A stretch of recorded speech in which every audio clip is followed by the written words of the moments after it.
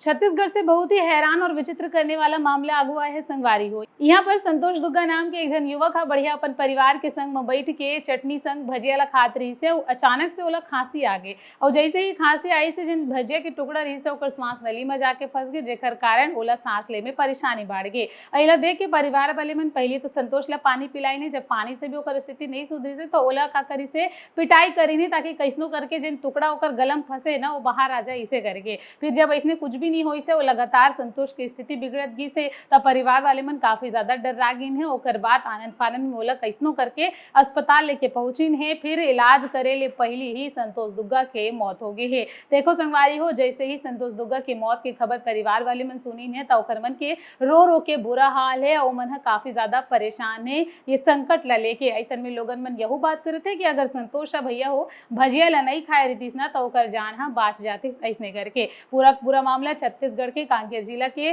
दुर्गुक कोंदल के बताए जाते। लेकिन ये मामला में आपके का विचार है, आप मन लगा लगते कि कौन से कारण से ओकर मौत हो है तेला बताओ। और हम आपसे ये भी कहना चाहते हैं कि अगर आप मन ऐसे कुछ खातो पीतो तो अपन संग में पानी जरूर रखो ताकि ऐसा स्थिति से निपटे जा सके।